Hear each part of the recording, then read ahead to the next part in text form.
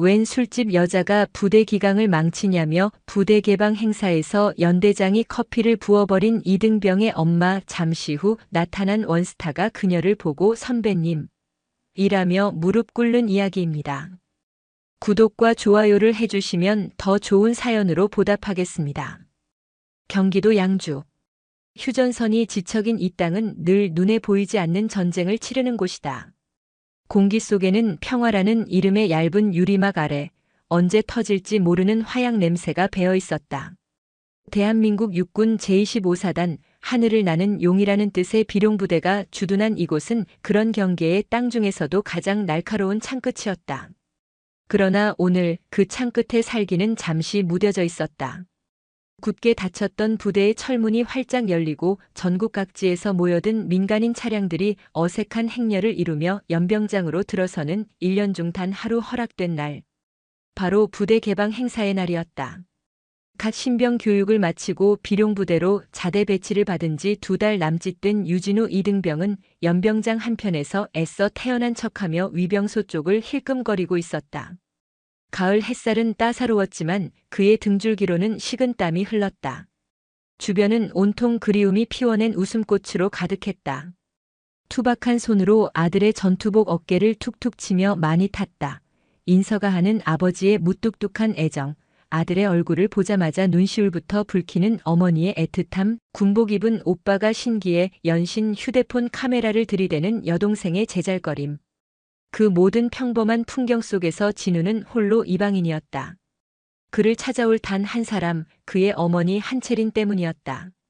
야 유진우, 아직이냐? 여자친구 오냐? 아주 그냥 망부석이 따로 없네. 맞선임인 최일병이 툭 치며 놀렸다.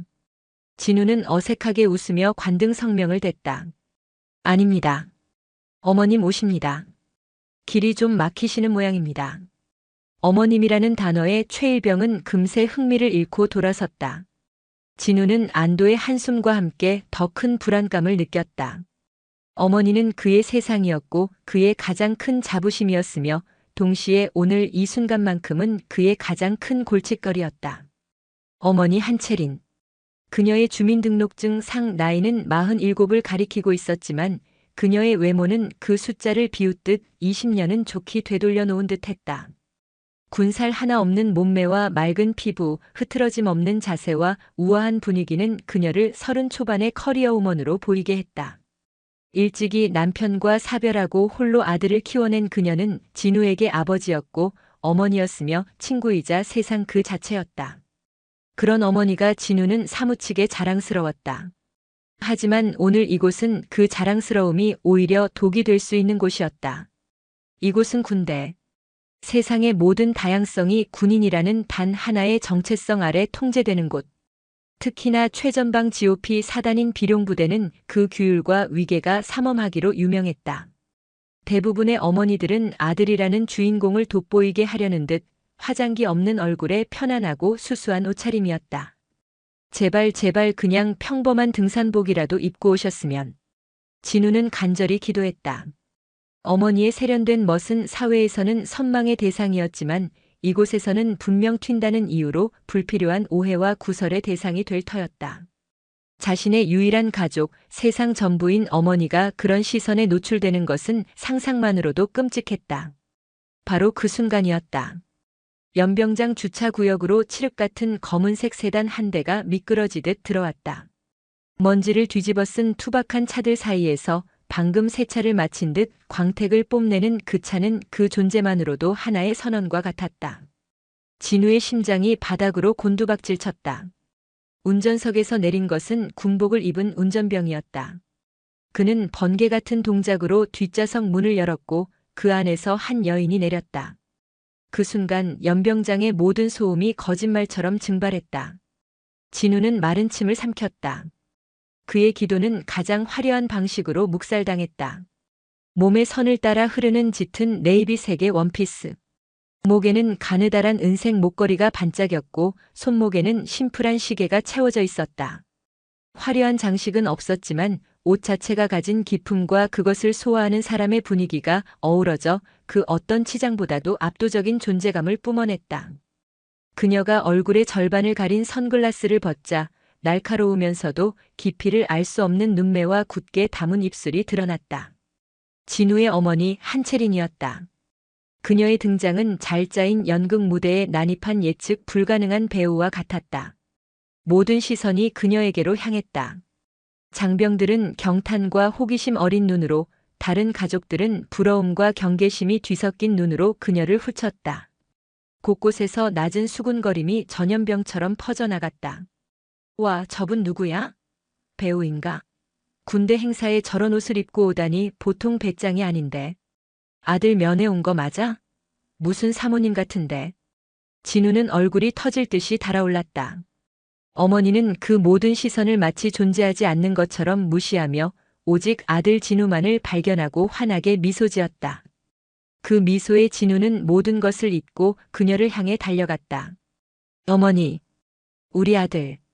훈련병 티 다 벗었네. 비룡부대 용사가 다 됐구나. 체리는 익숙하게 아들의 군모를 고쳐 씌워주며 머리를 쓰다듬었다. 그 다정한 손길에 진우의 불안이 눈 녹듯 사라지는 것 같았다. 오시느라 힘드셨죠? 근데 옷이. 진우가 우물쭈물하자 체린이 장난스럽게 웃었다. 왜? 우리 아들 기 살려주려고 엄마가 제일 아끼는 옷 입고 왔는데. 별로야? 아니요. 예쁘세요. 근데 여긴 좀. 진우가 말을 잇지 못하고 있을 때 그들 뒤로 거대한 그림자가 드리워졌다.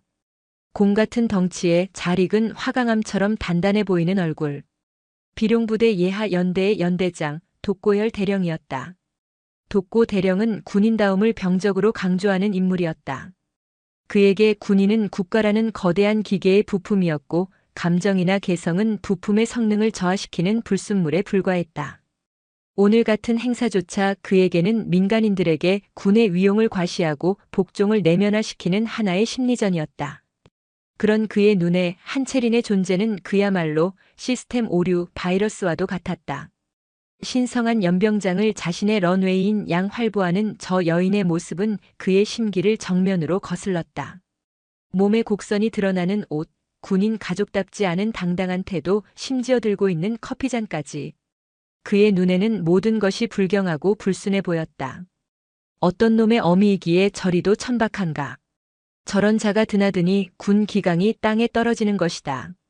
그는 특히 저 여자 앞에서 어쩔 줄 몰라 하는 유진우 이등병의 모습에 속에서 천불이 났다. 저런 계집에게 정신이 팔려 있으니 훈련이나 제대로 하겠는가. 뿌리부터 뽑아내야 한다.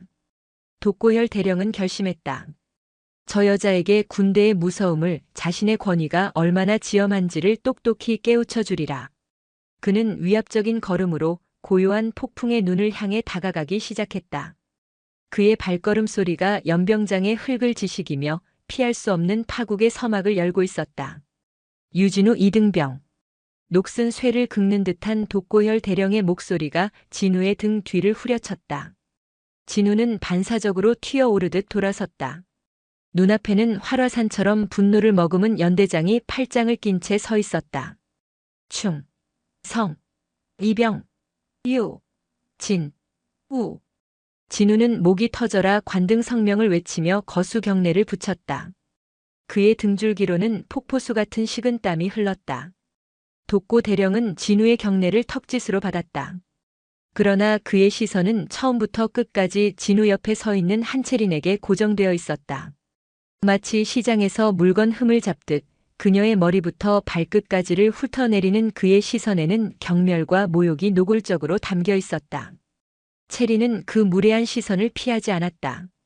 그녀는 평생을 통해 수많은 독고혈들을 상대해왔다. 계급과 완장 뒤에 숨어 자신의 열등감을 폭력으로 표출하는 자들. 그녀는 그들의 본질을 꿰뚫고 있었다. 그녀는 오히려 옅은 미소를 머금은 채 이 거대한 동물이 어떤 방식으로 자신을 공격해올지 조용히 관찰했다. 독고 대령은 체린의 그 당당한 태도에 더욱 기가 막혔다. 그는 진우를 향해 고개를 돌리며 비아냥거렸다. 유이병. 면회객 관리가 이따위인가? 부대 안에 아무나 들여보내도 되는 줄 아나?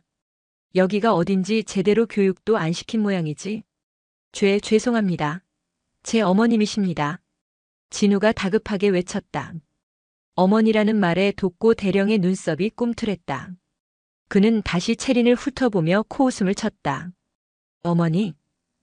요즘은 그런 관계도 어머니라고 부르나 보지. 그것은 명백한 성희롱이었다. 주변의 공기가 순간 얼어붙었다. 군부대는 국가의 심장이다. 아무리 개방 행사라지만 방문객은 그에 걸맞은 예의와 복장을 갖춰야 하는 것 아닌가. 그의 목소리는 확성기를 쓴 것처럼 연병장 전체에 울려 퍼졌다. 사람들의 시선이 더욱 노골적으로 그들에게 집중되었다. 진우의 얼굴이 하얗게 질렸다. 그는 주먹을 꽉 쥐었다. 연대장님, 말씀이 지나치십니다. 저희 어머님께 사과하십시오. 뭐야? 이등병 나부랭이가 지금 연대장한테 대드는 거냐? 이래서 애미가 저 모양이니 자식도 똑같은 거야. 저런 여자 치마폭에 쌓여서 군 생활할 거면 당장 군복 벗어. 독고 대령의 포언은 채린이 아니라 오히려 진우에게로 향했다. 아들이 자신 때문에 공개적인 장소에서 짓밟히는 것을 본 채린의 눈빛이 순간 섬광처럼 번뜩였다. 그러나 그녀는 여전히 평정을 잃지 않고 앞으로 나섰다. 그녀는 진우를 자신의 등 뒤로 숨기듯 감쌌다. 제가 유진우 이등병의 보호자 한채린입니다. 연대장님 되시는 모양인데 저희 때문에 행사의 격을 떨어뜨렸다면 사과드립니다. 채린의 목소리는 부드러웠지만 그 안에는 강철심이 박혀 있었다. 하지만 제 복장의 어떤 부분이 부대의 예의에 어긋나는지 구체적으로 지적해 주시면 즉시 시정하도록 하겠습니다. 그녀의 차분하고 이성적인 대응에 독고 대령은 순간 할 말을 잃었다. 그는 그저 막연히 야하고 튄다고 생각했을 뿐 구체적인 규정을 들이댈 수는 없었기 때문이다. 그는 더욱 불쾌한 표정을 지으며 목소리를 높였다. 문제가 뭔지 몰라서 묻는 거요? 보아하니 세상 물정 모르는 여자는 아닌 것 같은데 여기가 어디라고 생각하시오? 여긴 당신 같은 여자들이 번쩍거리는 옷 입고 와서 군인들 홀리는 그런 장소가 아니란 말이오. 당신 같은 여자. 그 말은 비수처럼 날아와 채린의 가슴을 찔렀다. 그러나 그녀는 흔들리지 않았다. 오히려 그녀의 눈빛은 더욱 깊고 고요해졌다. 폭풍 전야의 바다처럼. 연대장님. 저는 오늘 제 아들을 만나러 온 평범한 어머니입니다. 연대장님께서 말씀하시는 당신 같은 여자가 구체적으로 어떤 여자를 지칭하는 것인지 명확히 설명해 주시길 바랍니다. 독고 대령은 이제 이성을 잃기 시작했다. 그는 한 걸음 더 다가서며 채린의 얼굴에 자신의 얼굴을 들이밀듯이 말했다. 그의 입에서는 역한 막걸리 냄새와 담배 냄새가 섞여 풍겨나왔다.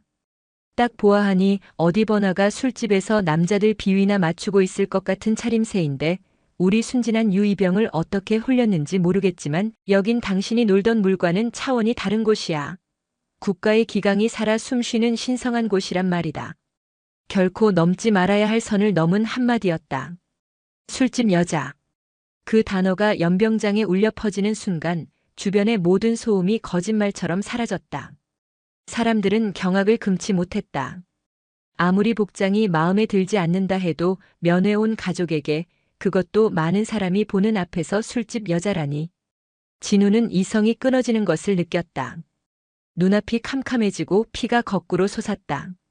세상에서 가장 존경하고 사랑하는 유일한 혈육이 눈앞에서 창녀 취급을 당하는 것을 보고만 있을 수는 없었다. 이런 게 진우가 욕설과 함께 독고 대령에게 달려들려는 순간 채린의 가느다란 손이 그의 가슴을 막아섰다. 그녀의 손은 작았지만 그 안에 담긴 힘은 태산처럼 단단하여 진우는 더 이상 나아갈 수 없었다. 진우야, 괜찮아. 채린의 목소리는 놀랍도록 차분했다. 그녀는 천천히 고개를 들어 독고 대령을 정면으로 바라보았다. 분노도 슬픔도 모욕감도 찾아볼 수 없는 깊고 고요한 눈. 그 눈은 마치 심연의 바다와도 같아서 독고 대령은 자기도 모르게 움찔하며 뒷걸음질 쳤다. 연대장이라고 하셨습니까? 채린이 입을 열었다. 이전의 부드러운 톤은 온데간데 없고 칼날처럼 예리하고 얼음처럼 차가운 음성이었다. 당신이 지금 입고 있는 그 군복의 무게를 알고 있습니까? 그 어깨에 달린 대령 계급장이 어떤 의미인지 알고 있느냐는 말입니다. 무슨 소리를 하는 거야? 독고 대령은 당황했지만 애써 허세를 부리며 소리쳤다. 그 군복은 국민의 생명과 재산을 지키겠다는 신성한 약속의 상징이며 그 계급장은 당신 개인의 권력을 위한 장신구가 아니라 부하들을 이끌고 국가에 헌신해야 할 무거운 책임의 표식입니다. 그런데 당신은 지금 그 신성한 군복을 입고 그 책임의 계급장을 어깨에 단 채 국민의 한 사람을, 그리고 당신이 목숨 걸고 지켜야 할 부하의 가족을 공개적으로 모욕하고 희롱했습니다. 체린의 말은 한 글자 한 글자가 비수처럼 날아와 돋고 대령의 가슴에 박혔다. 당신은 군인의 명예를 더럽혔고 리더의 자격을 스스로 내던졌습니다. 당신 같은 사람이 지휘관이라는 사실은 이 부대의 비극이자 대한민국 국군의 수치입니다. 이 여자가 지금 미쳤나? 내가 누군데 나를 가르치려 들어. 여봐라. 당장 이 여자를 끌어내. 군사시설 내 소란 및 장교 모독죄로 당장 헌병대에 넘겨버려. 독고 대령은 얼굴이 시뻘개져서 고함을 질렀다. 그의 입에서 차마 입에 담을 수 없는 욕설이 터져나오는 순간 그는 체린이 들고 있던 테이크아웃 커피잔을 보았다. 그리고 그건 또 뭐야? 군부대 안에서 그런 쓰레기 같은 걸 들고 다니는 건 어느 나라 예법이지? 당장 버리지 못해? 체리는 아무 말 없이 커피잔을 든 자신의 손을 내려다보았다. 아침 일찍 아들을 만나러 오면서 설레는 마음에 휴게소에서 샀던 캐러멜 마키아토였다. 아들이 좋아하던 커피였다. 독고 대령은 그녀의 침묵을 저항으로 받아들였다. 그는 기어코 넘지 말아야 할 선을 자신의 손으로 넘고야 말았다. 말귀를 못 알아듣나? 그는 성큼 다가와 체린의 손에서 커피잔을 거칠게 낚아챘다. 플라스틱 뚜껑이 헐겁게 열리며 달콤한 향과 함께 연갈색의 액체가 찰랑거렸다. 그리고 다음 순간 연병장에 있던 모든 사람들이 자신의 눈을 의심했다.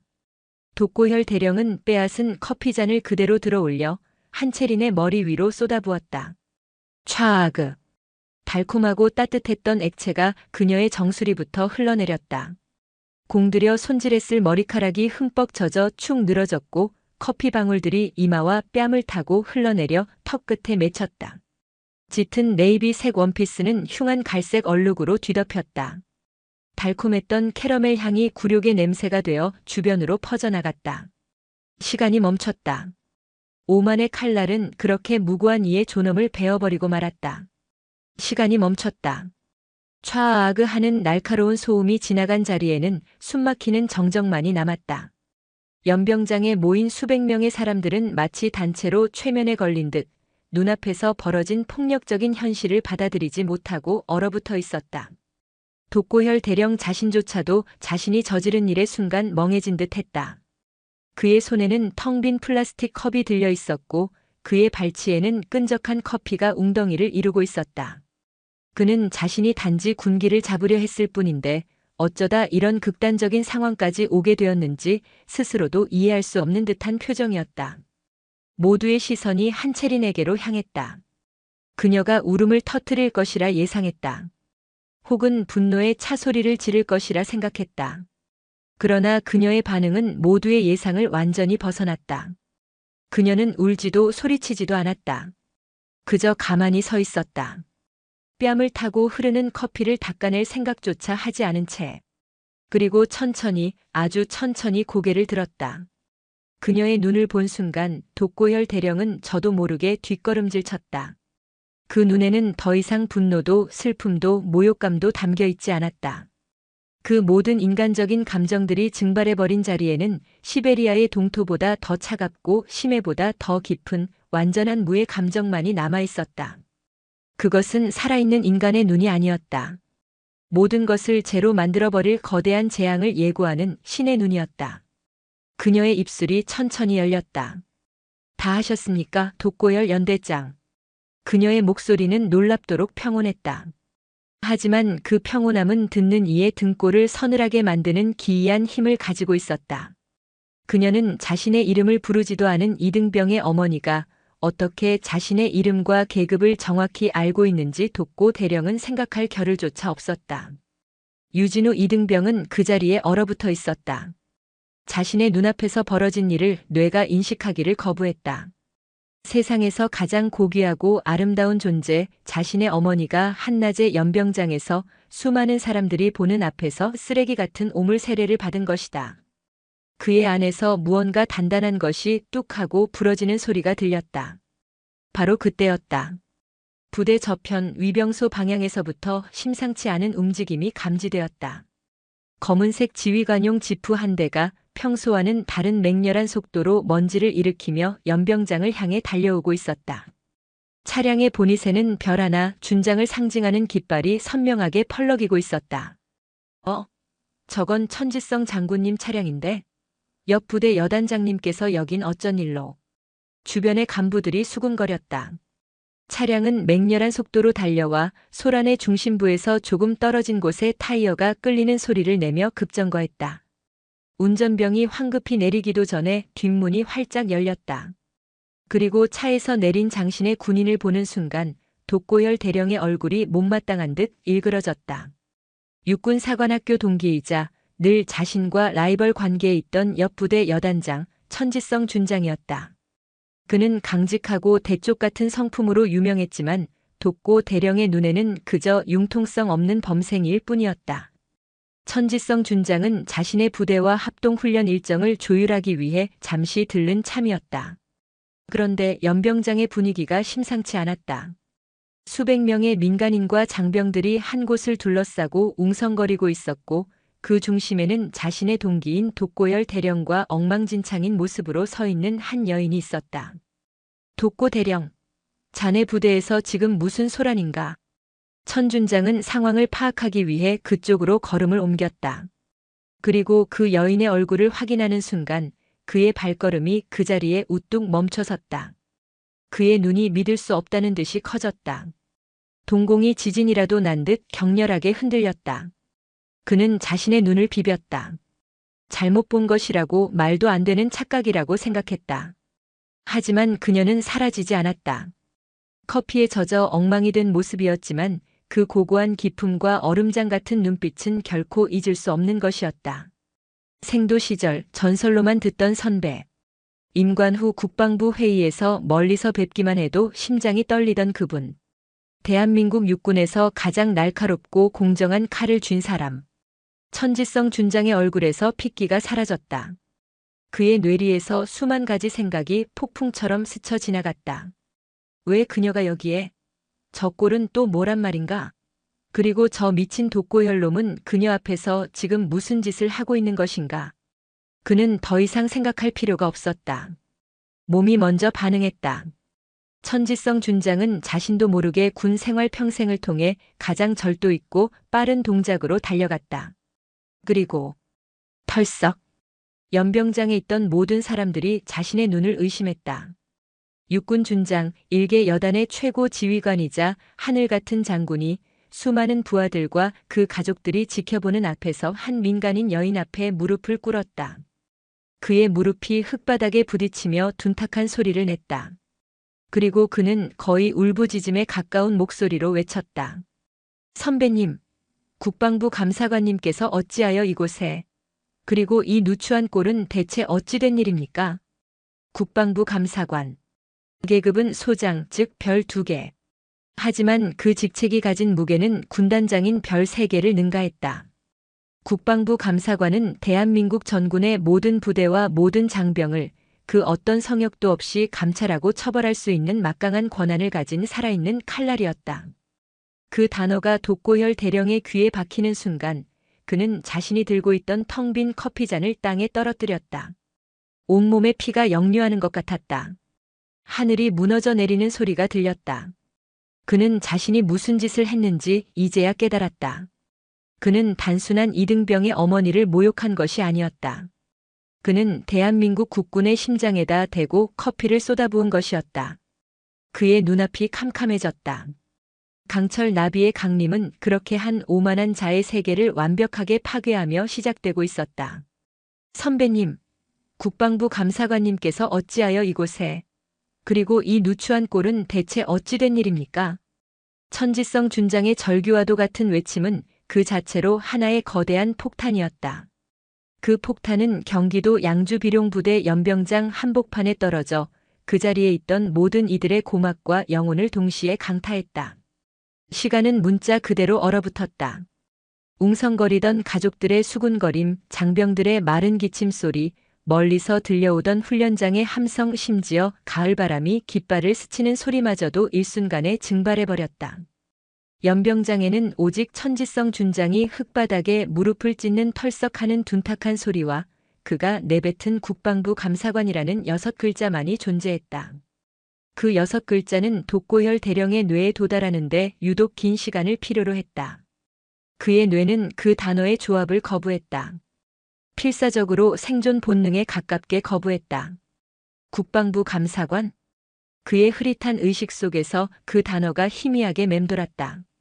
대한민국 전군의 군기와 감찰을 총괄하는 자리. 장성급 장교, 그것도 소장별 2개 계급의 장군이 맡는, 그러나 그 권한은 군단장인 별 3개를 능가하는 군내의 그 어떤 성역도 없이 베어버릴 수 있는 칼날 중의 칼날. 대통령과 국방부 장관에게 직보되는 육해공군을 막론하고 모든 장병이 이름만 들어도 벌벌 떠는 자리. 현 감사관의 이름은 분명 한채린이었다. 철의 여인, 얼음 마녀, 단 한 번의 표정 변화 없이 거대한 비리들을 뿌리 뽑아낸 전설적인 인물. 그러나 그 이름과 지금 자신의 눈앞에서 자신이 방금 쏟아부은 커피에 젖어 엉망이 된 채 서 있는 이 젊어 보이는 여자는 그의 머릿속 그 어떤 회로로도 연결되지 않았다. 불가능했다. 이해할 수 없는 일이었고 이해해서는 안 되는 일이었다. 아니야. 천지성 저 미친놈이 잘못 본 거야. 아니면 동명이인이거나 닮은 사람이겠지. 그래, 닮은 사람이야. 감사관 각하께서 이런 행사에 이런 차림으로 그것도 이등병 따위의 면회를 올 리가 없지 않은가. 그것도 신분을 숨기고. 말도 안 돼. 그는 필사적으로 현실을 부정했다. 하지만 그의 눈은 배신자처럼 진실을 좇았다.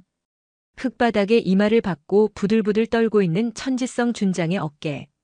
저 강직하기로 소문난 별을 단 장군이 저렇게 완벽하게 무너져 내린 모습은 연기가 아니었다.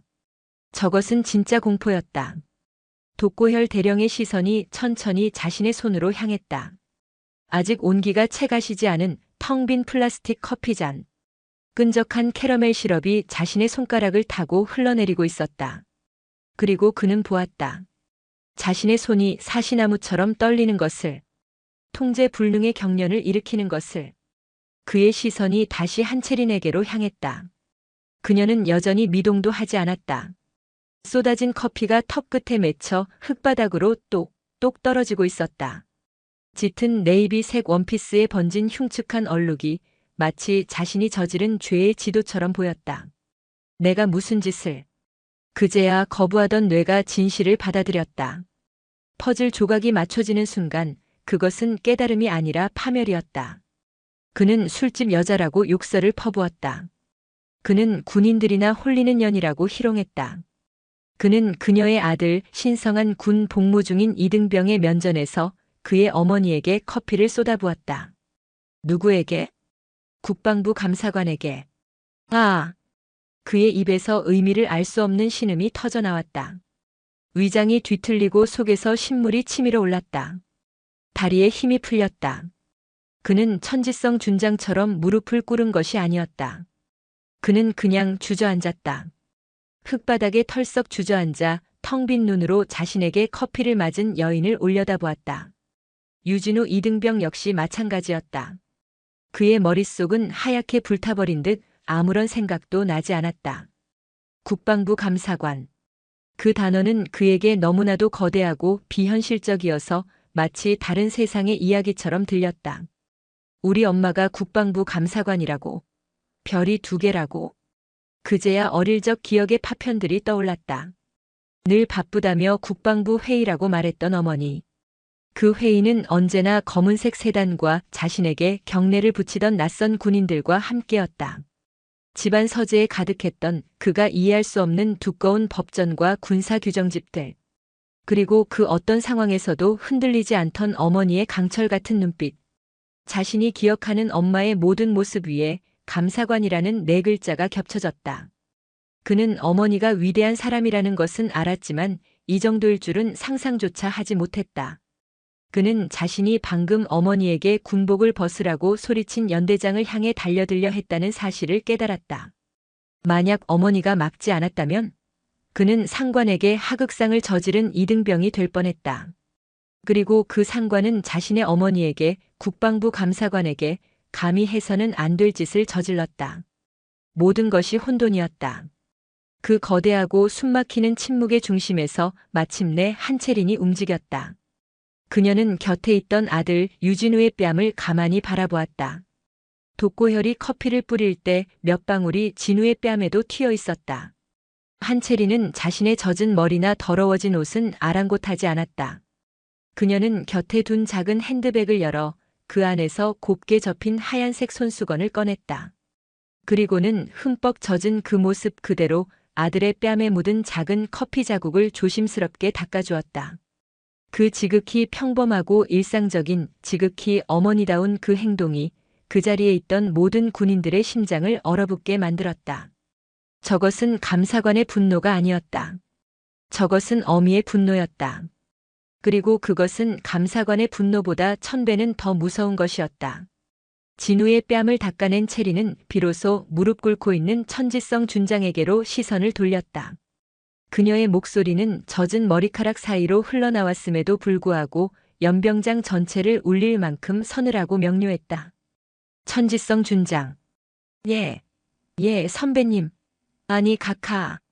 천준장은 이마를 땅에 박은 채 감히 고개도 들지 못하고 외쳤다. 일어나게. 각하. 송구합니다. 제가 감히 각하를 몰라 뵙고 이런 끔찍한 일이 벌어지도록 저를 당장 일어나라고 했다. 두 번째 명령은 얼음 송곳처럼 날카로웠다.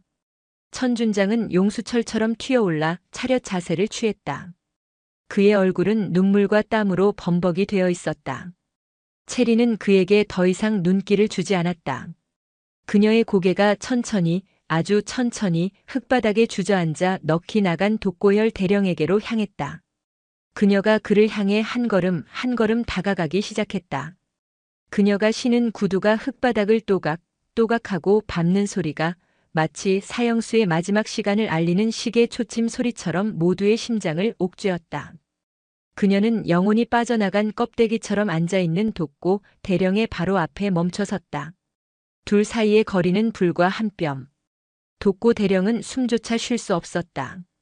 그녀에게서 풍겨나오는 옅은 향수 냄새가 방금 전 자신이 쏟아부은 역한 커피 냄새와 뒤섞여 그의 코를 찔렀다.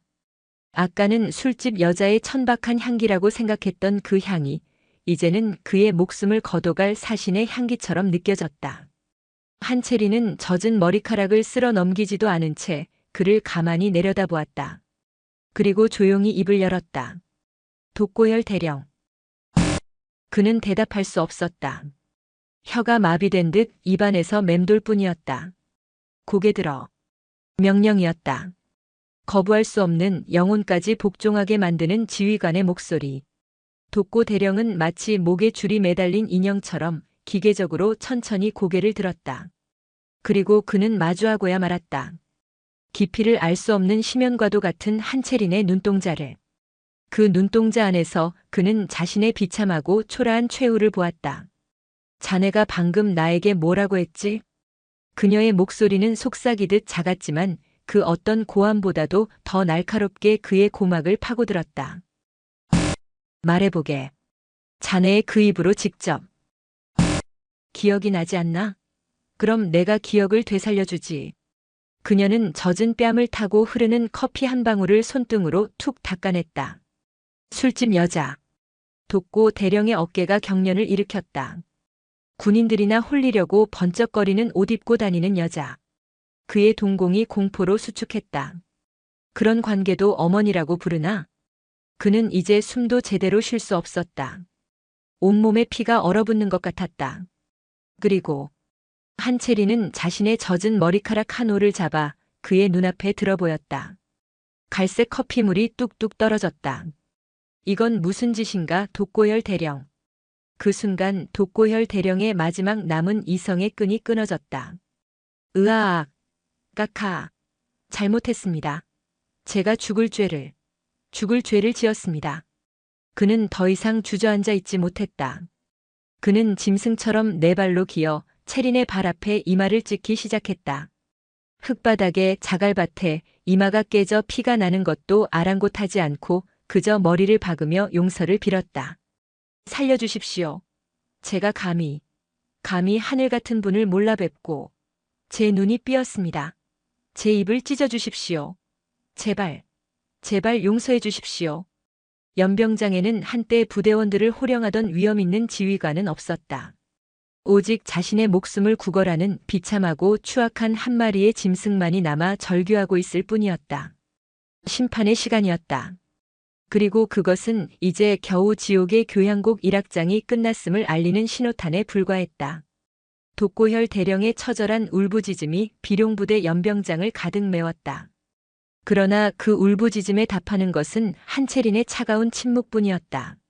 그녀는 자신의 발치에서 피가 나도록 이마를 찍고 있는 독고 대령을 마치 현미경으로 벌레를 관찰하듯 무감각한 시선으로 응시했다. 용서나 자비 따위는 그 눈빛 어디에도 존재하지 않았다. 주변을 둘러싼 가족들과 장병들은 이 비현실적인 광경에 숨조차 제대로 쉬지 못했다. 방금 전까지 하늘 높은 줄 모르고 권력을 휘두르던 연대장이 한순간에 나락으로 떨어져 목숨을 구걸하는 모습은 그 자체로 충격이자 공포였다. 바로 그때였다. 까카. 비룡부대 사단장 소장 백무진. 현 시간부로 상황 보고드립니다. 연병장 저편에서 사단 지휘부의 지휘 차량들이 맹렬한 기세로 달려왔다. 훈련 중 급보를 받고 달려온 25사단장 백무진 소장이었다. 그는 차에서 내리자마자 이마에 땀이 송골송골 맺힌 채로 연병장 한복판에서 벌어지고 있는 지옥도에 경악했다. 그는 자신의 휘하 연대장이 땅바닥에 머리를 박고 있는 모습과 그 앞에 커피에 흠뻑 젖은 채 서 있는 한 여인을 보았다. 그리고 그 옆에 마치 죄인처럼 굳어 서 있는 옆부대 여단장 천지성 준장을 보았다. 상황 파악은 순식간에 끝났다. 백무진 소장의 얼굴이 하얗게 질렸다. 그는 한채린 소장이 바로 자신의 육사 동기이자 현재 전군을 감찰하는 국방부 감사관이라는 사실을 알고 있었다. 그런 그녀가 자신의 관할 구역에서 자신의 부하에게 이런 꼴을 당했다. 이것은 단순한 실수가 아니었다. 이것은 자신의 사단, 아니 자신의 군 생활 전체를 끝장낼 수 있는 대형 참사였다. 백무진 소장은 한채린을 향해 달려와 자신의 군 생활 중 가장 완벽한 각도로 거수경례를 붙였다. 충성. 까카. 이 모든 사태는 부대를 제대로 관리하지 못한 저의 불찰입니다. 부디. 백 소장. 채린은 그의 말을 잘랐다. 그녀의 목소리는 얼음장 같았다. 자네의 불찰은 나중에 묻겠다. 지금은 이 쓰레기를 치워야지. 그녀의 시선이 여전히 바닥에 머리를 박고 있는 독고혈에게로 향했다.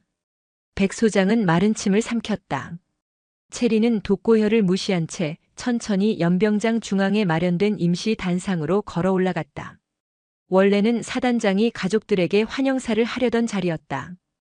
그녀가 마이크를 잡자 지지직하는 소음과 함께 연병장 전체가 그녀의 존재감 아래 숨을 죽였다. 그녀는 젖은 머리카락을 쓸어 넘기지도 않은 채 그 끔찍한 몰골 그대로 수백 명의 장병과 그 가족들을 둘러보았다. 여기 계신 비룡부대 장병 여러분, 그리고 귀한 걸음해주신 가족 여러분. 그녀의 목소리는 스피커를 타고 연병장 전체로 울려 퍼졌다. 저는 오늘 이 부대의 한 이등병의 어머니로서 이 자리에 섰습니다. 사람들이 숨을 죽였다. 저는 오늘 제 아들이 어떤 환경에서 복무하는지, 제 아들이 어떤 지휘관의 보살핌을 받는지 설레는 마음으로 이곳에 왔습니다. 그러나 그녀는 잠시 말을 멈추고 바닥에 엎드린 독고혈을 가리켰다.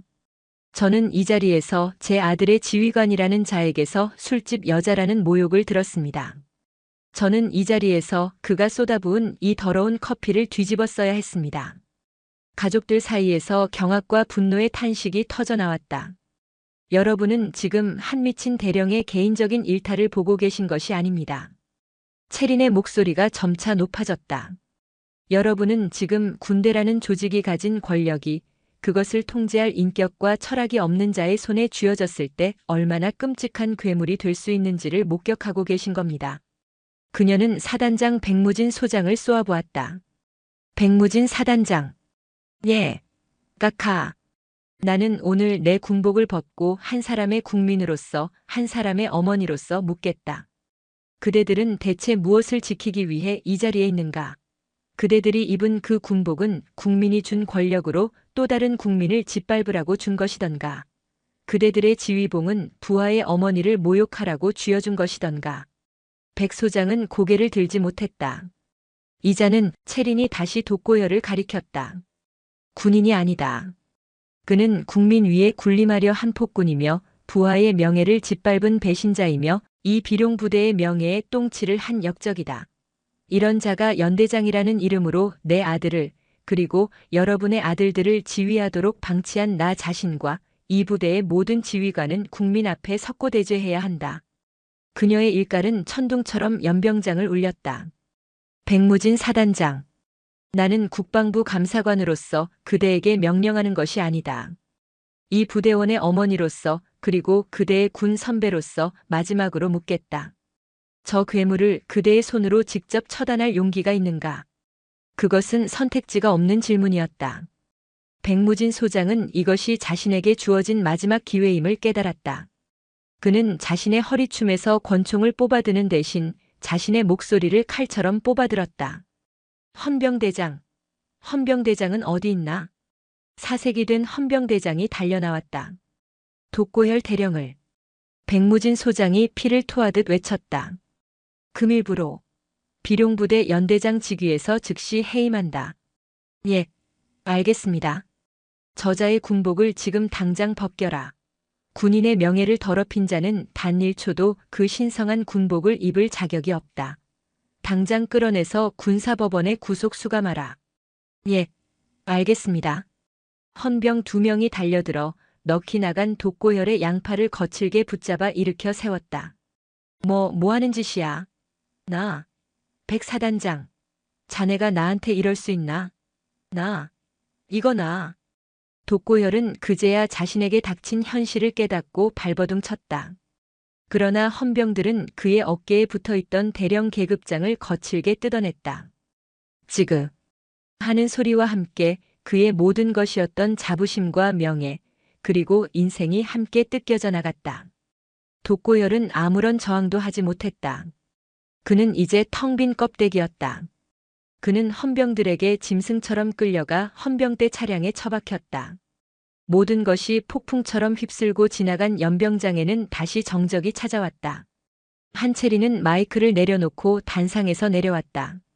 그녀는 젖은 원피스 차림 그대로 그 정적의 한가운데 우뚝 서 있었다. 그녀는 천천히 몸을 돌려 여전히 그 자리에 얼어붙어 있는 아들 유진우에게로 다가갔다. 전군을 호령하던 국방부 감사관의 얼굴은 사라지고 오직 커피에 젖은 채 상처받은 아들을 바라보는 한 어머니의 얼굴만이 남아있었다. 진우야. 그녀가 아들의 이름을 불렀다. 많이 놀랐지. 미안하다. 엄마가 이런 모습 보여서. 그녀의 목소리가 가늘게 떨리고 있었다. 유진우는 그제야 정신이 든 듯 어머니의 젖은 모습과 흙탕물이 튄 얼굴과 그 모든 것에도 불구하고 자신을 바라보는 슬픈 눈을 보았다. 그는 아무 말도 할 수 없었다. 그는 그저 자신의 어머니가 얼마나 거대하고 동시에 얼마나 위태로운 칼날 위를 걸어왔는지 깨달았다. 그는 떨리는 손으로 거수경례를 붙였다. 충성. 어머니 괜찮으십니까? 그의 목소리가 눈물에 젖어나오고 있었다. 얼음 칼날의 심판은 끝났지만 그 칼날이 남긴 상처는 이제부터 시작이었다. 연병장은 순식간에 거대한 혼돈의 소용돌이에 휩싸였다. 한채린의 심판이 끝나자마자 백무진 사단장과 천지성 준장은 사색이 되어 움직이기 시작했다. 백 사단장은 고래고래 소리를 지르며 각 부대 간부들을 호출했고 간부들은 겁에 질린 표정으로 가족들을 안심시키며 차량으로 안내했다. 부대 내 긴급 훈련 상황 발생, 긴급 점검 따위의 핑계를 댔지만 이미 모든 것을 목격한 가족들의 얼굴에는 공포와 불신만이 가득했다. 즐거워야 할 부대 개방 행사는 한 대령의 오만함이 불러온 거대한 재앙으로 막을 내렸다. 그 모든 혼란의 중심에서 한채린과 유진우는 마치 폭풍의 눈처럼 고요하게 서 있었다. 백무진 사단장이 황급히 다가와 자신이 입고 있던 야전 상의를 벗어 채린의 어깨에 덮어주려 했다. 각하, 일단 이걸로라도. 됐다. 채린은 손을 들어 그를 막았다. 이 모습 그대로 있겠다. 내가 그리고 우리 군이 오늘 어떤 수치를 당했는지 모두가 똑똑히 봐야 하니까. 그녀의 단호한 목소리에 백 소장은 감히 더 이상 권하지 못하고 물러섰다. 채리는 아들 진우의 손을 잡았다. 아들의 손은 얼음장처럼 차갑게 식어 있었다. 그녀는 진우를 데리고 연병장 한편 방금 전까지 독고혈의 소유였던 연대장 지휘 통제실로 들어섰다. 천지성 준장이 문 앞을 막아서서 그 누구의 접근도 허용하지 않았다. 문이 닫히고 드디어 두 사람만이 남게 되자 팽팽하게 당겨져 있던 고무줄이 끊어지듯 무거운 침묵이 내려앉았다. 진우는 어머니의 모습을 차마 정면으로 바라보지 못했다. 커피에 젖어 축 늘어진 머리카락, 값비싸 보였던 원피스에 흉하게 번진 얼룩, 그리고 그 모든 것을 덤덤하게 받아내고 선 어머니의 지친 얼굴. 그는 입술을 달싹였지만 어떤 말부터 꺼내야 할지 알 수 없었다. 어머니. 정말 국방부 감사관이셨습니까? 그의 목소리는 물에 젖은 솜처럼 무겁게 가라앉아 있었다. 채리는 창밖, 아수라장이 된 연병장을 바라보던 시선을 거두고 아들을 마주 보았다. 그녀는 대답 대신 사무실 한쪽에 걸려있던 독고혈의 군복 상의를 집어들었다. 그리고 그 군복에서 대령 계급장을 떼어내 책상 위에 아무렇게나 던져버렸다. 그리고는 의자에 앉는 대신 아들 앞에 가만히 섰다. 그래. 맞다. 그녀의 목소리에는 이제 감사관의 위엄도 분노도 남아있지 않았다. 그저 깊은 피로감만이 묻어 있었다. 왜 저한테 한 번도. 진우의 목소리가 원망처럼 떨렸다. 왜 저한테 그런 분이라고 한 번도 말씀 안 하셨어요? 채리는 희미하게 웃었다. 그 웃음은 너무나도 슬퍼 보였다. 말할 수 없었다. 진우야. 그녀는 아들의 젖은 뺨을 다시 한번 닦아주었다. 내가 내게 별 2개짜리 장군인 것보다 그냥 김치찌개 끓여주는 엄마, 잔소리하는 엄마이고 싶었다. 그녀의 눈시울이 붉어졌다. 평생 단 한 번도 약한 모습을 보인 적 없던 어머니였다. 너마저 나를 어머니라고 부르지 않고 다른 사람들처럼 각하라고 부르게 될까봐 그게 두려웠다. 내가 군대에 입대한다고 했을 때 정말 밤새 울었다. 내 신분이 너에게 축복이 아니라 끔찍한 독이 될 거라는 걸 알고 있었으니까. 그녀는 아들의 어깨를 잡았다. 내가 감사관 아들이라는 꼬리표 때문에 동료들에게 이유 없는 시기를 당할까봐, 혹은 너 스스로가 그 힘에 취해서 오늘 우리가 본 저 독고열 대령처럼 오만하고 아나무인인 괴물이 될까봐 그게 무서웠다. 어머니. 그래서 숨겼다. 철저하게 숨겼다.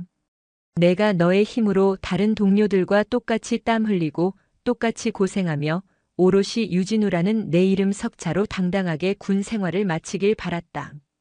오늘 같은 이런 끔찍한 일이 아니었다면 내가 무사히 전역하는 그날까지도 말할 생각이 없었다. 그제야 진우는 어머니의 깊은 뜻을 깨달았다.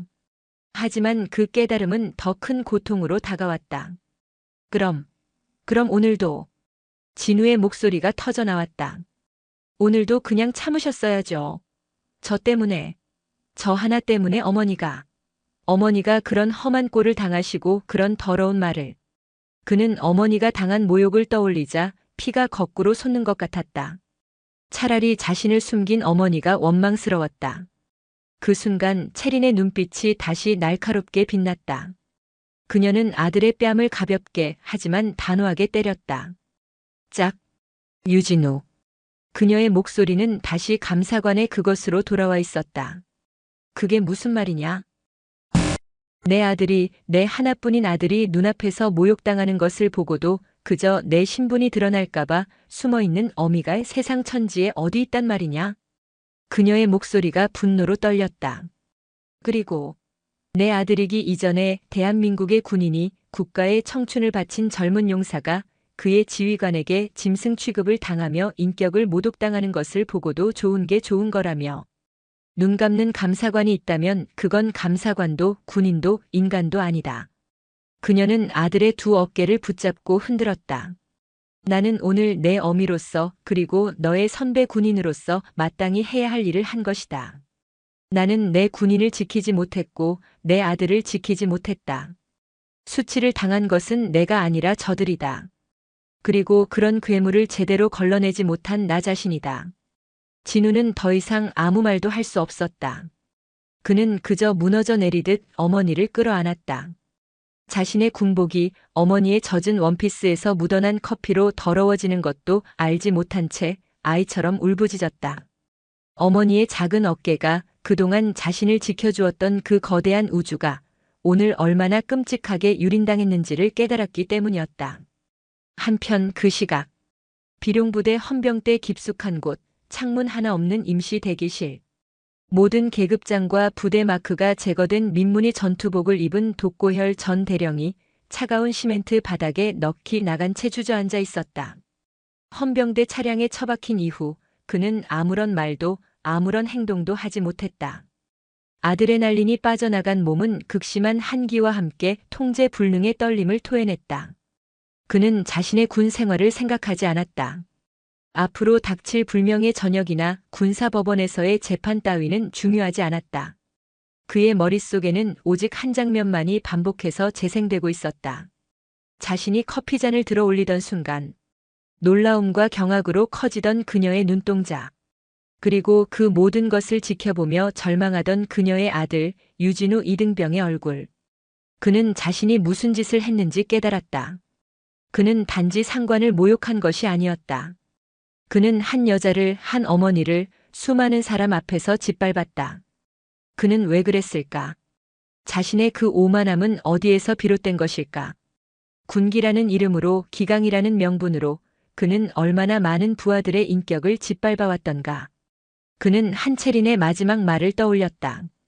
이런 자가 연대장이라는 이름으로 내 아들을, 그리고 여러분의 아들들을 지휘하도록 방치한. 그랬다. 그는 괴물이었다. 그는 자신의 오만함이 감히 건드려서는 안 될 영린을 건드렸다는 것을 뒤늦게 깨달았다. 그는 자신의 아내와 딸을 생각했다.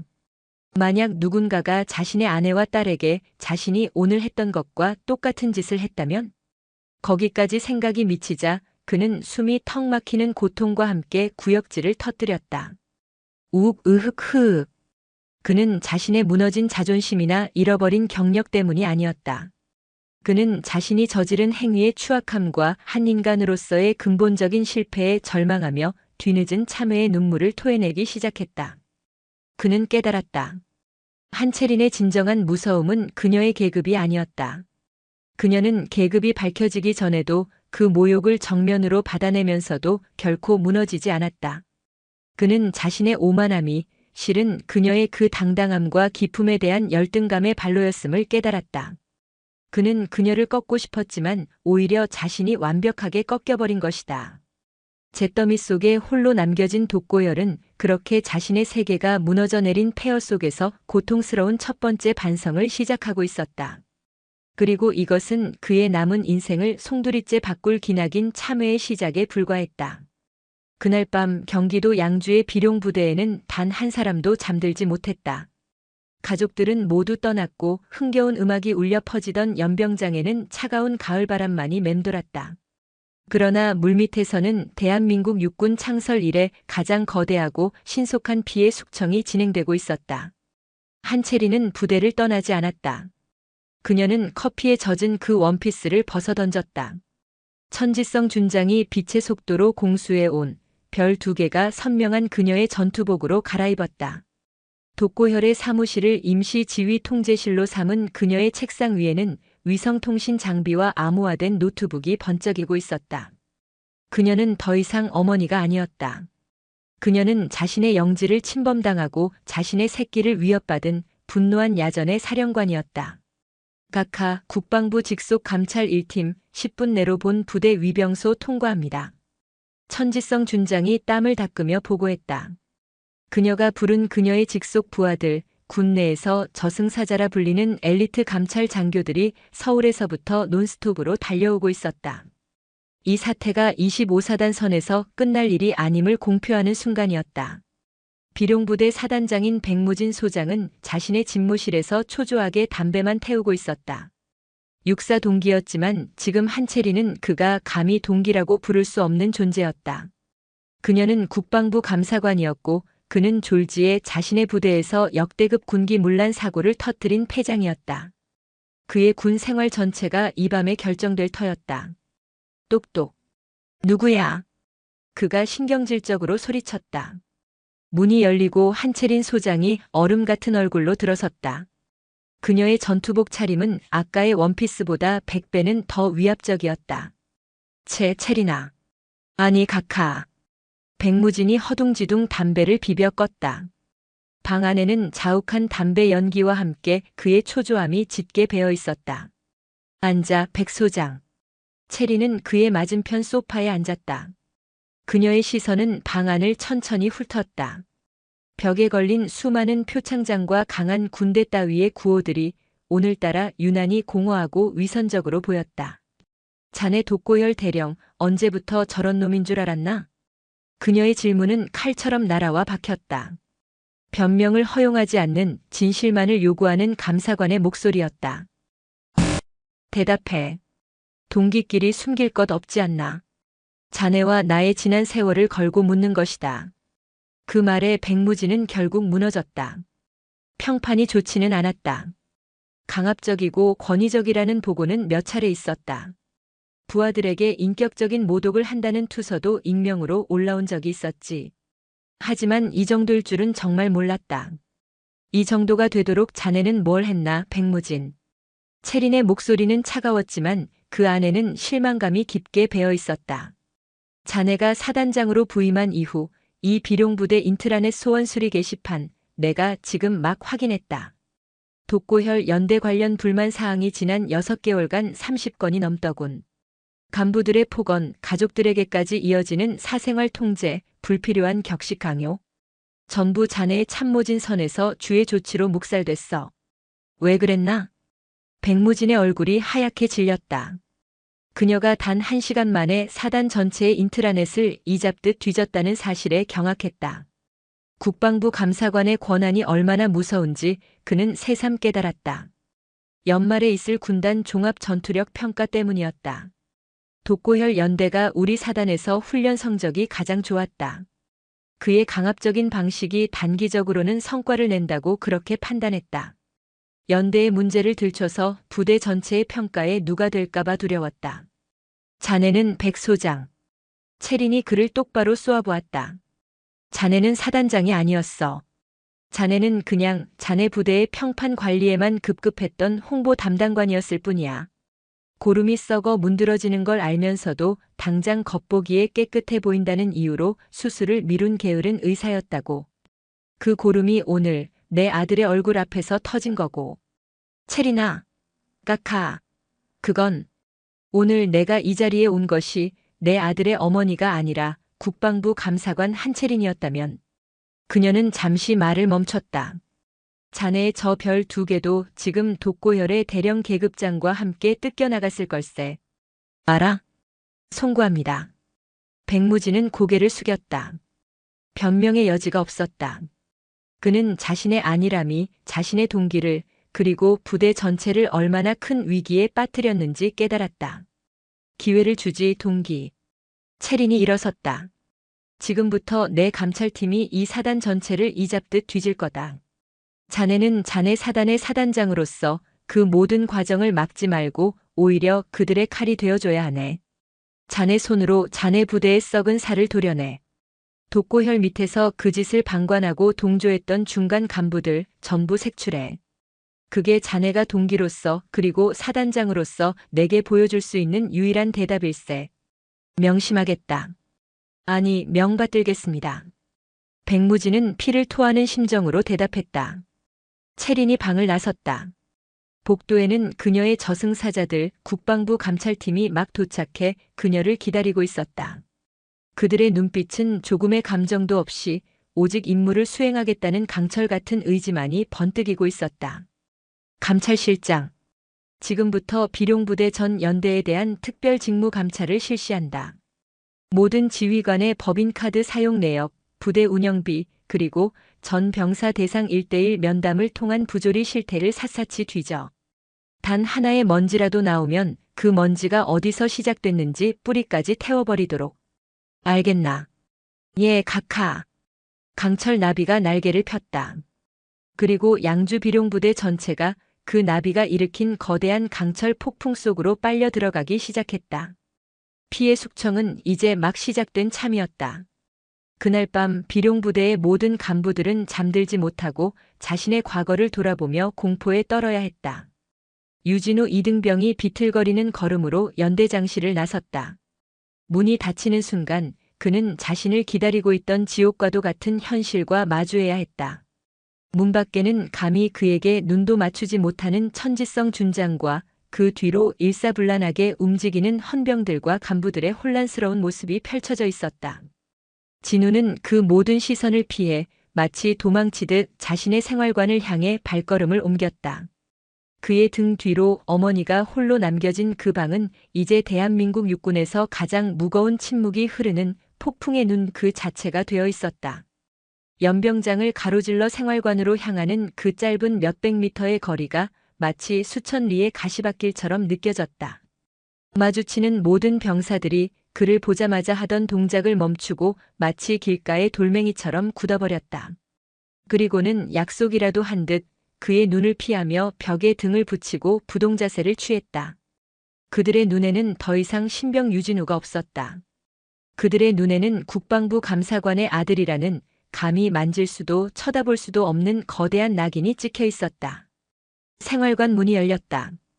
끼그 오래된 경첩 소리가 그날따라 유난히 크게 울렸다.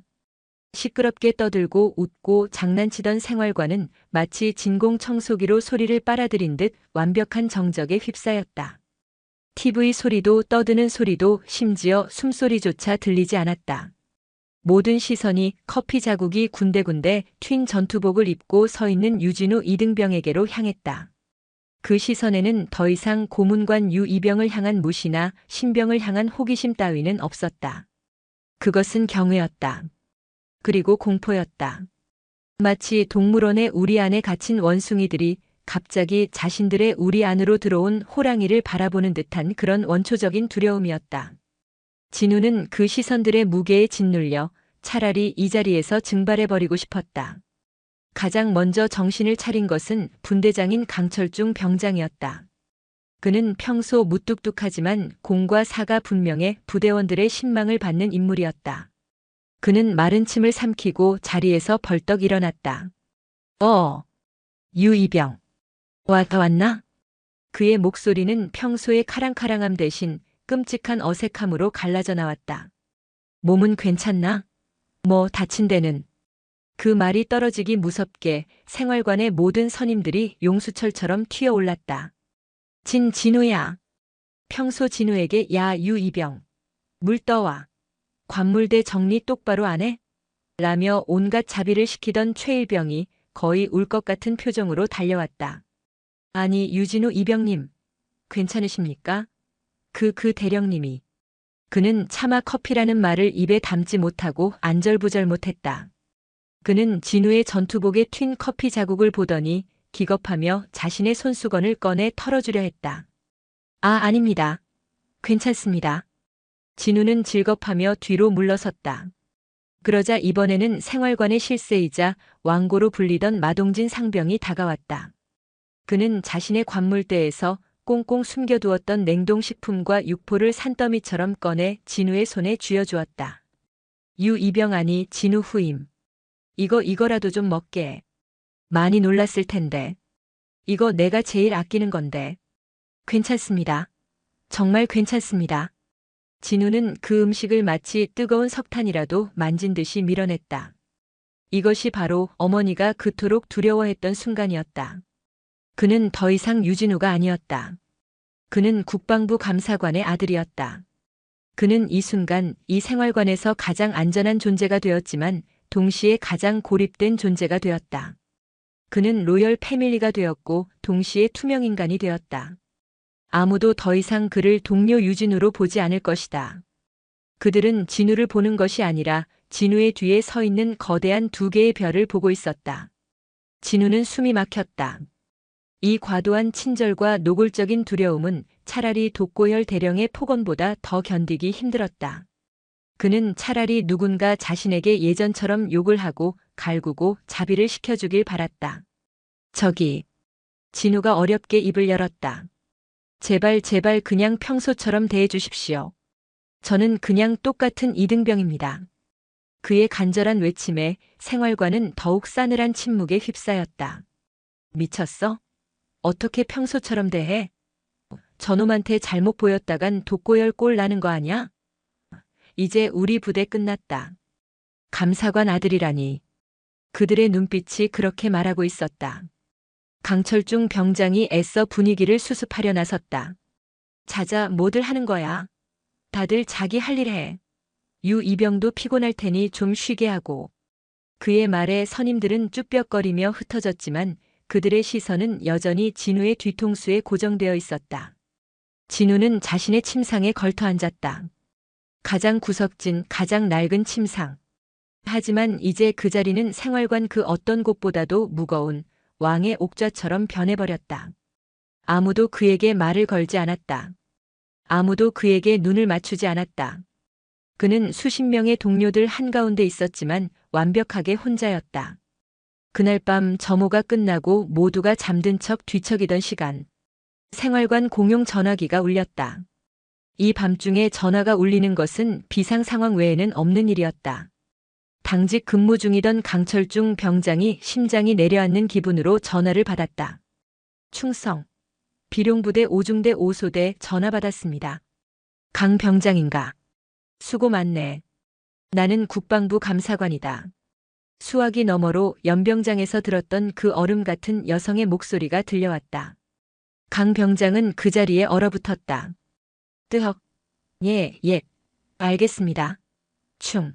성. 지금 즉시 유진우 이등병을 전화 앞으로 오게 해주게. 조용히. 강 병장은 거의 기어가는 자세로 진우를 깨웠다. 생활관 전체가 다시 얼어붙었다. 진우는 굳은 얼굴로 공용 전화로 달려갔다. 성. 이병. 진우야.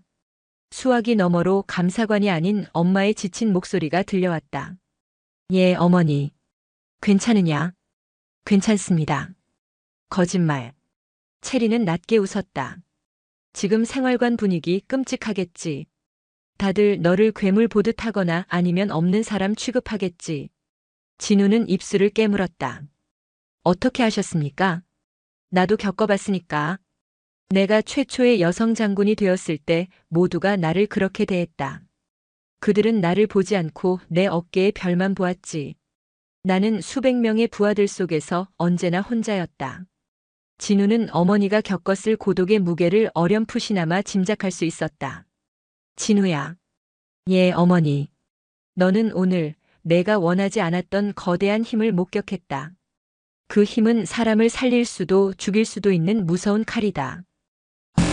오늘 독고열 대령은 그 칼을 자신의 열등감을 채우기 위해 휘둘렀다. 그 결과는 파멸이었지. 너는 그 칼을 쥔 사람의 아들이다. 사람들은 너를 두려워할 것이다. 너에게 아첨할 것이고 너를 이용하려 들 것이다. 너는 그 모든 것을 이겨내야 한다. 진우는 주먹을 꽉 쥐었다. 어떻게 이겨내야 합니까? 잊지 마라. 어머니의 목소리에 다시 힘이 실렸다. 진정한 강함은 그 칼을 휘두르는 것이 아니라 그 칼을 칼집에 넣어둔 채 맨손으로 상대를 끌어안는 데서 나온다. 내가 가진 힘으로 그들을 누르려 하지 마라. 오히려 너의 힘을 그들을 지키는 방패로 써라. 너의 동료들이 부당한 일을 당할 때, 너의 동료들이 억울한 일을 겪을 때, 그때 그들 앞에 서라. 그들보다 더 낮은 곳으로 내려가 그들의 신발을 닦아주어라. 어머니. 그것이 내가 감사관 아들이라는 저주를 축복으로 바꾸는 유일한 길이다. 그리고 그것이 내가 오늘 너에게 보여준 이 모든 피해 숙청보다 더 중요한 진짜 가르침이다. 진우는 뜨거운 눈물이 뺨을 타고 흐르는 것을 느꼈다. 예, 어머니. 명심하겠습니다. 됐다. 이제 가서 자라. 내일 아침 엄마는 돌아간다. 너는 다시 너의 군 생활을 하면 된다. 사랑한다, 아들. 저도 사랑합니다, 어머니. 충성. 진우가 전화를 끊었다. 그는 돌아보았다. 생활관의 모든 동료들이 여전히 공포에 질린 눈으로 그를 바라보고 있었다. 진우는 그들을 향해 걸어갔다. 그리고 가장 구석에서 막내의 눈치를 보며 잠 못 이루고 있던 다른 신병의 침상으로 다가갔다. 그 신병은 진우의 접근에 기겁하며 몸을 움츠렸다. 진우는 아무 말 없이 그 신병의 전투화를 집어들었다. 그리고 자신의 관물대에서 전투화소를 꺼내 묵묵히 그 신병의 전투화에 묻은 흙을 닦아내기 시작했다. 이병님, 뭐 하시는 겁니까? 신병이 기겁하며 말렸다. 생활관 전체가 이 기이한 광경에 숨을 죽였다. 진우는 고개를 들지 않고 전투화를 닦으며 나지막이 말했다. 괜찮아. 그냥 잠이 안 와서. 그 순간 분대장 강철중 병장의 눈에 그리고 몇몇 선임들의 눈에 공포가 아닌 다른 감정이 스쳐 지나갔다. 그것은 아주 작은 존경의 빛이었다. 한채린의 진짜 가르침은 그렇게 아들의 손을 통해 가장 낮은 곳에서부터 조용히 시작되고 있었다. 그날 밤 비룡부대를 휩쓴 강철 폭풍은 양주 일대의 모든 부대를 공포로 몰아넣었다. 한채린의 감찰팀은 문자 그대로 25사단을 해부했다. 독고혈 연대뿐만 아니라 그동안 골마 터지기 직전이었던 다른 부대들의 부조리까지 낱낱이 파헤쳐졌다. 백무진 사단장은 자신의 동기가 휘두르는 칼날을 맡기는커녕 오히려 자신이 더 날카로운 칼이 되어 스스로의 살을 도려내야 했다. 수십 명의 간부가 보직 해임되거나 징계위원회에 회부되었다. 그리고 그 폭풍의 근원이었던 독고혈 전 대령은 헌병대 대기실이 아닌 국방부 직할의 군사안보지원 사령부 지하 조사실에서 자신의 무너진 인생을 마주하고 있었다. 모든 계급장이 제거된 민무늬 전투복, 창문 하나 없는 차가운 방, 굳게 닫힌 철문. 그는 지난 사흘간 잠 한숨 제대로 자지 못했다. 그를 조사하는 이들은 그를 때리거나 욕하지 않았다. 그들은 그저 그가 했던 말을, 그가 커피를 붓던 그 순간을 수백 번이고 다시 반복해서 진술하게 만들었다. 왜 그랬습니까? 그때 무슨 생각을 했습니까? 술집 여자라는 단어는 어떤 의도였습니까? 그 과정은 그의 영혼을 발가벗겨 가장 추악한 밑바닥까지 드러내게 만드는 끔찍한 고문이었다. 그는 자신의 오만함이 실은 뼛속 깊이 자리한 열등감과 여성에 대한 비틀린 편견에서 비롯되었음을 깨달아야만 했다. 그는 한채린이라는 한 인간의 존엄을 짓밟은 것이 아니라 그저 자신의 추악한 내면을 그녀에게 토해낸 것뿐이었다. 그는 무너졌다. 곰처럼 거대했던 그의 육체는 며칠 만에 쇠약해졌고 화강암 같던 그의 얼굴은 눈물과 콧물로 얼룩져 있었다. 조사실 문이 열렸다. 그가 들어왔다. 아니, 그녀가 들어왔다. 커피에 젖었던 원피스가 아닌 각 잡힌 전투복 위에 별 2개가 선명하게 빛나는 국방부 감사관 한채린이었다. 독고열은 그녀를 보자마자 의자에서 굴러떨어지듯 내려와 바닥에 머리를 박았다. 까카, 죽여주십시오. 저 같은 놈은. 일어나. 채린의 목소리는 차가웠다. 독고열은 감히 일어나지 못하고 떨기만 했다. 일어나라, 독고열. 나는 자네의 상관으로서가 아니라 자네가 모욕했던 한 사람의 어머니로서 자네와 마지막 대화를 하러 왔다. 그 말에 독고열은 천천히 고개를 들었다. 그의 눈은 짐승처럼 붉게 충혈되어 있었다. 자네. 채린이 그의 맞은편 의자에 앉았다. 왜 그랬나? 내게 왜 그랬나 대답해보게. 독고열은 입술을 파르르 떨었다. 그는 그동안 수백 번이고 생각했던 그러나 차마 입 밖에 내지 못했던 자신의 진심을 토해냈다. 아름다웠습니다. 각하께서는 제가 평생 가질 수 없는 것을 가지고 계셨습니다.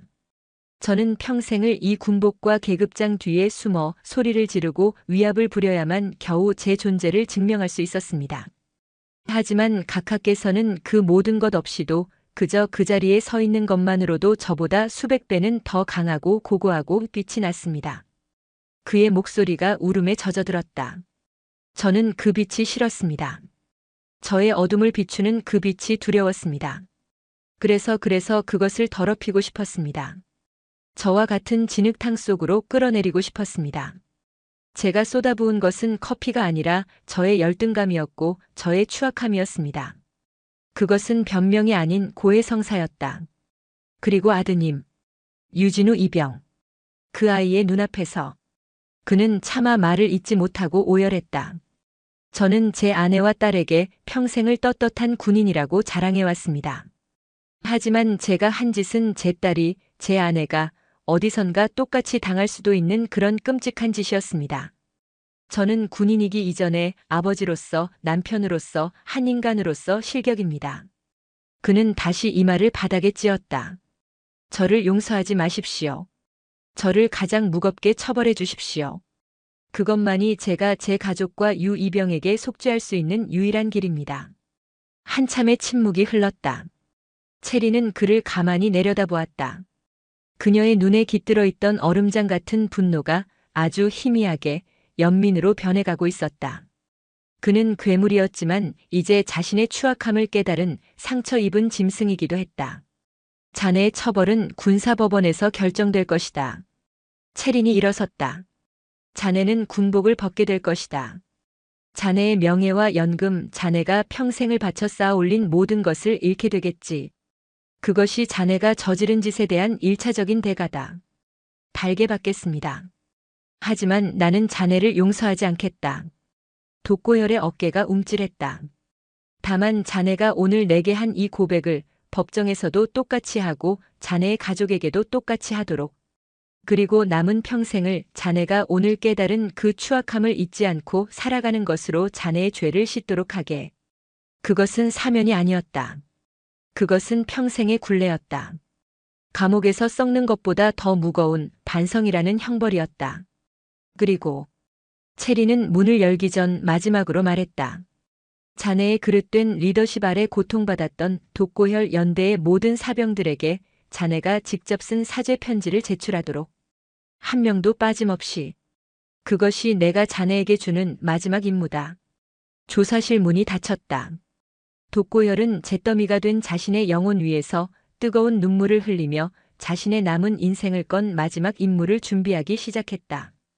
며칠 뒤 한체리는 비룡부대를 떠나기 전 마지막으로 독고혈 연대 전체를 연병장에 집합시켰다. 그녀는 커피에 젖었던 원피스가 아닌 별 2개가 빛나는 완벽한 정복 차림이었다. 그녀는 단상에 올라 수천 명의 병사들을 바라보았다. 그 중에는 이제는 제법 군인 티가 나는 아들 유진우도 있었다. 나는 국방부 감사관 소장 한채린이다. 그녀의 목소리가 연병장을 울렸다. 며칠 전 나는 이 자리에서 여러분의 전임 연대장에게 끔찍한 모욕을 당했다. 그러나 나는 오늘 그자를 심판하러 이 자리에 선 것이 아니다. 나는 여러분에게 묻기 위해 섰다. 진정한 강함이란 무엇인가? 병사들이 숨을 죽였다. 그것은 계급장으로 부하를 짓밟는 것이 아니다. 그것은 목소리를 높여 상대를 굴복시키는 것도 아니다. 진정한 강함은 여러분이 입고 있는 이 군복의 진짜 의미를 아는 데서 나온다. 이 군복은 지배하라고 입은 것이 아니라 지키라고 입은 것이다. 나보다 약한 사람을, 억울한 사람을, 그리고 오늘 이곳에 왔던 여러분의 소중한 가족들을 나의 모든 것을 바쳐 지켜내겠다는 숭고한 약속의 상징이다. 독고혈 대령은 그 약속을 배신했다. 그는 군복을 입고도 군인이 아니었다. 그는 그저 권력에 취한 폭도에 불과했다. 나는 그를 처벌했지만 진짜 문제는 아직 남아있다. 바로 여러분의 마음속에 있을지 모를 제2의 제3의 독고혈이다. 그녀는 아들 유진우를 바라보았다. 그리고 모든 병사들을 바라보았다. 강해져라, 비룡부대 용사들이여. 그러나 그 강함으로 서로를 핥히지 마라. 그 강함으로 서로를 보듬어라. 가장 낮은 곳에 있는 전우의 손을 잡아주고 그의 가족을 내 가족처럼 존중하라.